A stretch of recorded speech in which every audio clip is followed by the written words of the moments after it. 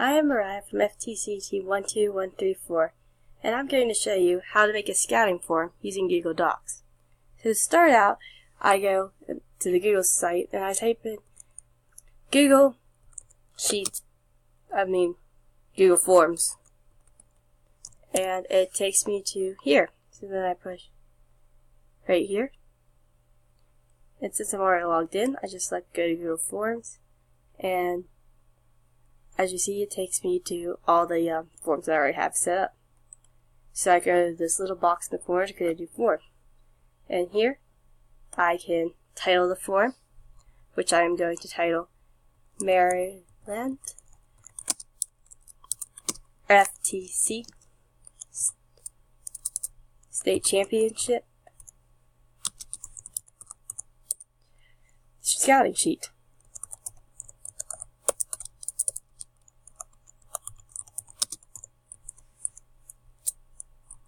Google Sheets is really simple, and you can do many different things with it. You can add a description about what this is, and you can change the color. I'm going to choose orange since that's the FTC color. You can add pictures, and you can do various other things. So, first question you might want to ask when scouting is, what team are you scouting? And I'm going to start out by making this a drop-down menu for actually all of it. I was going to do divisions, but I'm just going to do all of it. So I'll push, what team are you?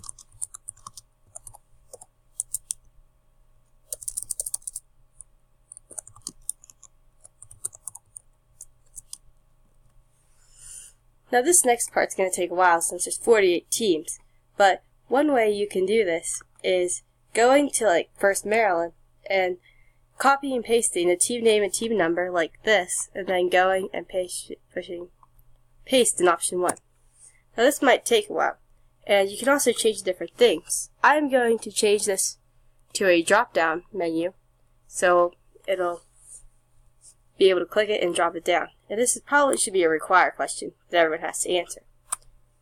And I'm going to pause right now and finish putting the rest of these in, because this will take a very long time to do. Okay, so now we got all the teams in the Goddard division.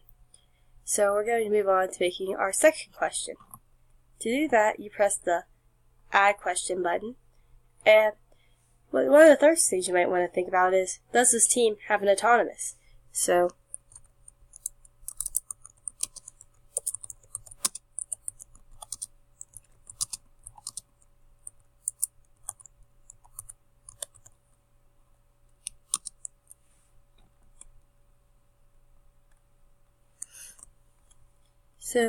now that you have the does this team have an autonomous question, you could choose a short text answer, but this one would be a better multiple choice. Because it's a simple yes or no.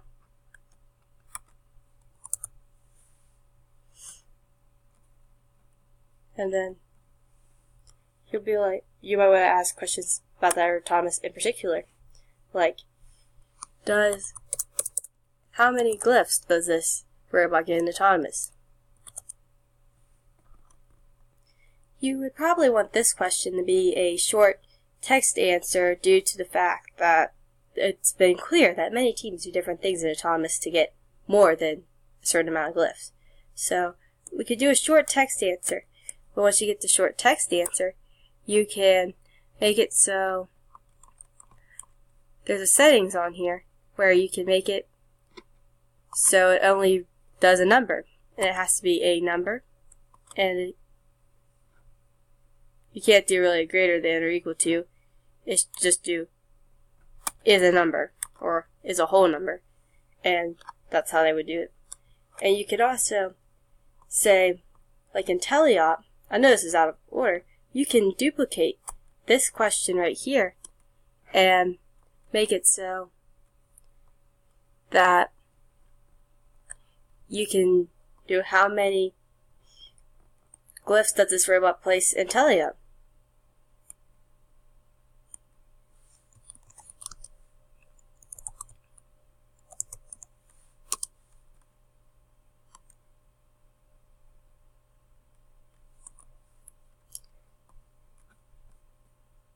And now that you have this one duplicated, it has all the parameters about the is number that has to be done in the first program. So now we go back up to autonomous question, and you want to do duplicate, well, probably not duplicate, sorry, Control-Z, and you want to add another question.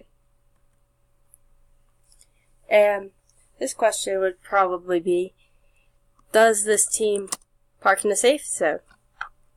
Which, once again, is a yes and no question. And then you probably also want to ask, does it knock off the correct color jewel?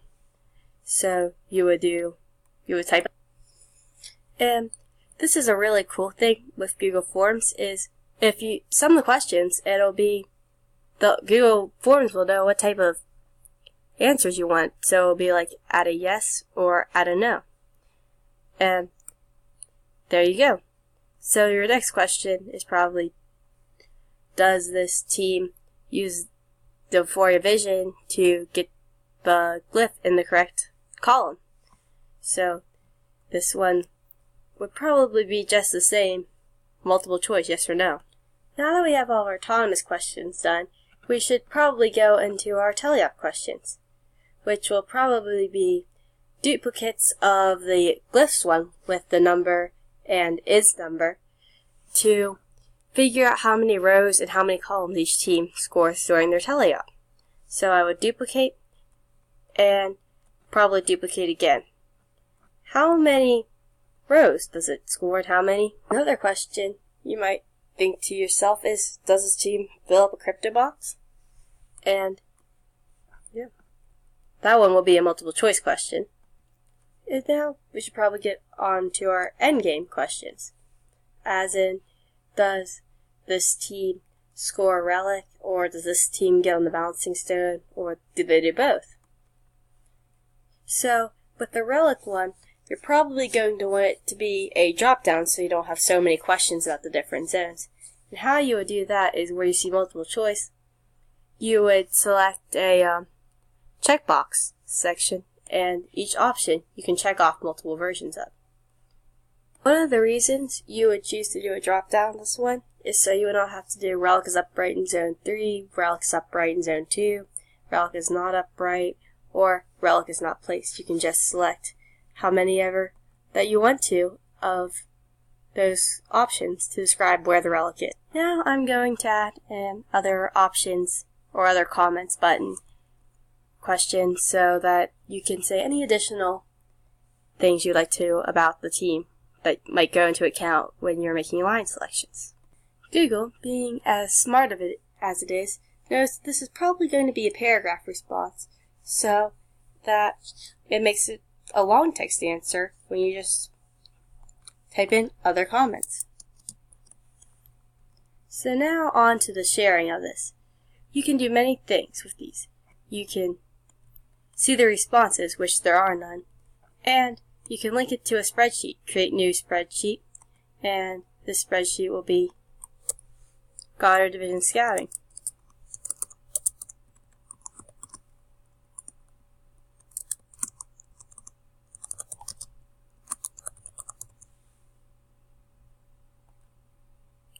And in the next episode, we'll go into more about how to use a spreadsheet to learn about your scouting data. But in the meantime, you can use settings to limit to one response, edit after submit, see summary charts and text responses, which is a good thing to do. For presentation, you can shuffle the thing, show progress bar, and you can make it a quiz that releases grades, but we're not going to do that. So we save our settings, and our send. You can do many things. You can email this to anyone you want. You can get a shareable link, and even shorten the URL. And this is great because you can share the scouting form with all your teams, other teams, and everyone can get together and have one big scouting pool so that everyone can get better data and make better alliances.